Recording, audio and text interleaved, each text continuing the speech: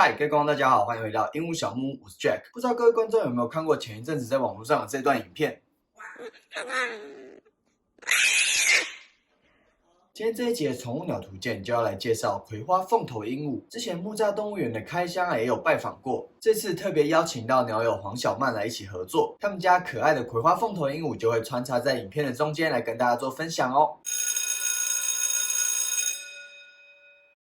葵花凤头鹦鹉又叫做葵花鹦鹉或者是凤头鹦鹉。葵花凤头鹦鹉是凤头鹦鹉科里面的一种鹦鹉，我们之前影片讲到的玄凤，它也是凤头鹦鹉科的哦。它的体长差不多32到52公分，全身的羽毛大部分为白色。平均来说，凤头鹦鹉都可以活到40年的寿命，有一些比较长寿的凤头鹦鹉也可以活到60到80年。它们最大的特征就是它们有雪白色的羽毛，好像披了一件雪白色的大衣，而头顶有非常显眼的黄色冠羽。当它感到紧张或者是兴奋的时候，情绪起伏比较大，它的冠羽就会竖起。我们有时候也可以从冠羽来判断它们的心情起伏哦。而它们在受到刺激的时候它们的冠羽会像葵花一般伞状的打开，所以它的名字就是这样子来的哦。而葵花凤头鹦鹉它有什么习性呢？葵花凤头鹦鹉它的体态是非常优美的，但是它们的个性也是很顽皮的哦。这种滑稽贪玩的这种性格在日常生活中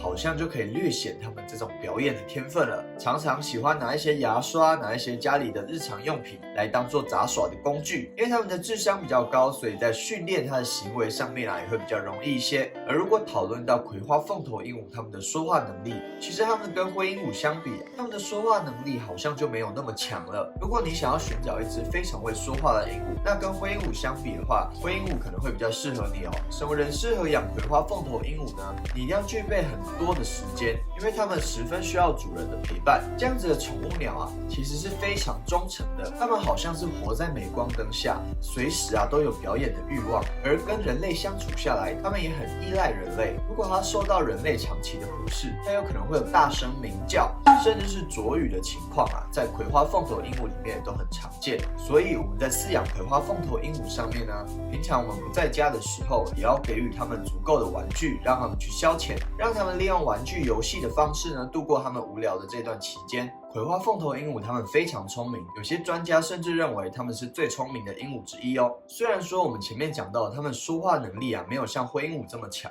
但是它们也很常去模仿一些日常生活上，例如喇叭的声音等等，甚至有的葵花凤头鹦鹉也有办法学习少量的对话。基于以上种种的原因它们的寿命长，啃咬力强，而饲养这种大型的葵花凤头鹦鹉，你也需要大量的时间。而饲养大型的鹦鹉，你也要有足够的经费，所以在饲养之前一定要三思而后行。你知道葵花凤头鹦鹉它们的原生地是在哪里吗？我不知道各位观众有没有看过其实在澳洲的某些地方，那种大量的巴丹、大量的葵花凤头的鹦鹉出现是非常正常的事情在台湾当做宠物鸟的这些鹦鹉，在国外的数量其实是相当庞大可观的很多人都只知道澳大利亚盛产葵花凤头鹦鹉，但是其实在印度尼西亚还有纽几内亚也有葵花凤头鹦鹉的发源地哦。葵花凤头鹦鹉它们属于大型的鹦鹉，所以它们的食量很大，而且你需要准备的种类要相当的多，相当丰富。当然基本的滋养丸还有一些水果蔬菜的提供是非常重要的以外，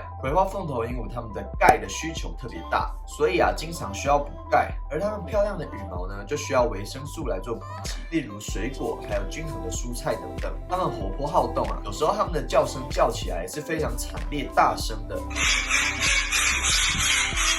所以你如果要选择葵花凤头鹦鹉的话，你也要特别注意你的隔音设施，邻居家人有没有办法接受这种庞大的叫声。但是一般的情况下，有好好养葵花凤头鹦鹉的人那个叫声也是都可以接受的其实在很多脸书的社团里面，大家常常在讨论什么大葵、中葵、小葵，而大家都有不同的看法。而在网络上也有很多不同的资料。而所谓大中小最简单的分别就是它们身体的体长而所谓的大葵它们大致上有2种亚种，一种就是来自澳大利亚大陆北部以及东部的地区，这种鹦鹉叫做澳洲皇冠葵花凤头鹦鹉。而另外一个亚种就是来自于巴布亚新几内亚这个地区，而在这个地区的鸟种叫做彩润皇冠葵花凤头鹦鹉。这2种的体型在这些葵花凤头鹦鹉当中都是属于大型的，而这2个亚种的体型其实没有差很多，它们的体长差不多都会大于45公分左右，而最大的也有可能到52公分。在葵花凤头鹦鹉里面，它们的雄鸟通常会大于雌鸟，而最重的葵花凤头鹦鹉公鸟呢，也有可能高达1公斤哦。而大葵跟中葵、小葵相比下来，除了体长，还有它们的体重上面有非常大不同。它们在体态上面，我们观察它也会感觉到它们也是更加的粗壮，它们的个头比较大。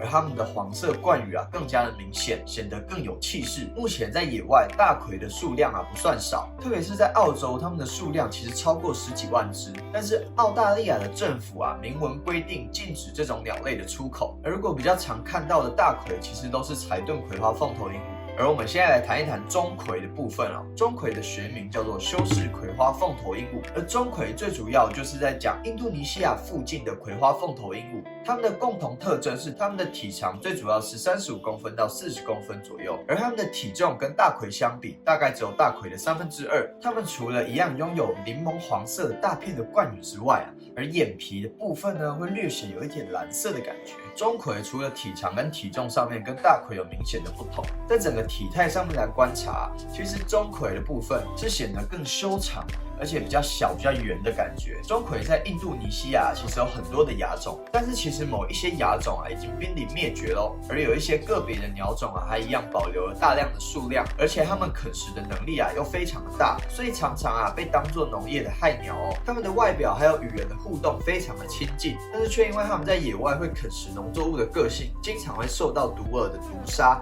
或者是枪杀等等。台湾距离印度尼西亚的距离不远，而东南亚对于野生动物的保护机制比较不完善，像是之前电视就有报道过，有人把葵花凤头鹦鹉塞进保特瓶里面走私到台湾的情况。这种流入宠物市场的方式相当的残忍钟馗在繁殖上面并不困难，所以在渐渐的宠物化之后市场慢慢去繁殖这种鹦鹉，在无形之中呢，好像也默默的保护了这一群鹦鹉而这种修士葵花凤头鹦鹉，它们通常在树干里面做窝，喜欢啃食种子、水果、昆虫等等。那我们接下来要讨论小葵。小葵不是蜡笔小新里面那个小葵是所谓的小型的葵花凤头鹦鹉但是所谓的小葵呢，我们在体型上面好像看不太出有很明显比钟馗还要小的感觉。最主要我们称之的小葵呢，它是产自于印尼的一个岛屿叫做松巴岛，它们的学名叫做橘冠葵花凤头鹦鹉。所谓一般的小葵呢，它的体长都是坐落在35公分到38公分之间，而所谓的小葵，它们最明显的特征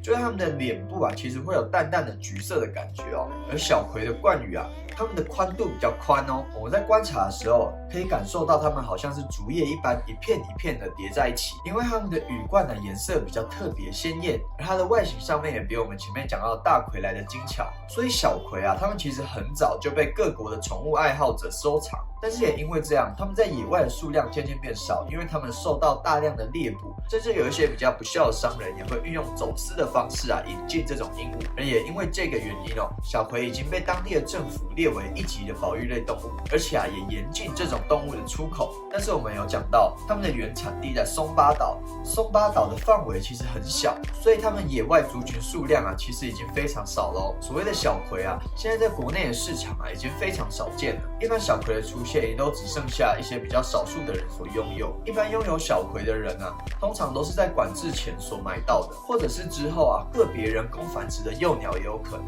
但是它们在市场上面的价格也相当的昂贵，而且稀少。那最后我来总结一下我们今天讲的葵花凤头鹦鹉，以价格的部分来说，它们是属于高单价的大型鸟。它们的优点是宠物性很高，与人的互动模式非常好。另外，它们的寿命很长，在表演还有互动的上面也拥有极大的天分。但是如果你想要找一只非常会说话的鹦鹉，那我想葵花凤头鹦鹉就不会太适合你咯。一般在饲养大型鸟上面，你需要付出更多的时间成本，在经费上面也包含了你每天所要支出的饲料，以及每天要准备的蔬菜水果的费用，甚至说你们也要考虑它们在生病的时候呢，我们所要去支付的医药费等等。有时候鹦鹉生病就要赶快带去看医生，千万不是马上上网 po 文问网友该怎么办，因为大家网络上的鸟友其实也没有能力大到可以隔空看诊，所以还是要尽速送医比较保险希望这次葵花凤头鹦鹉的介绍大家会喜欢。如果你想要看更多宠物鸟简单的介绍的话，也欢迎各位在底下留言告诉我而每一个留言我都会认真的看如果你喜欢我的影片的话，也不要忘记帮我按赞并且分享，还有订阅我频道。我是 Jack， 我们下次见拜拜。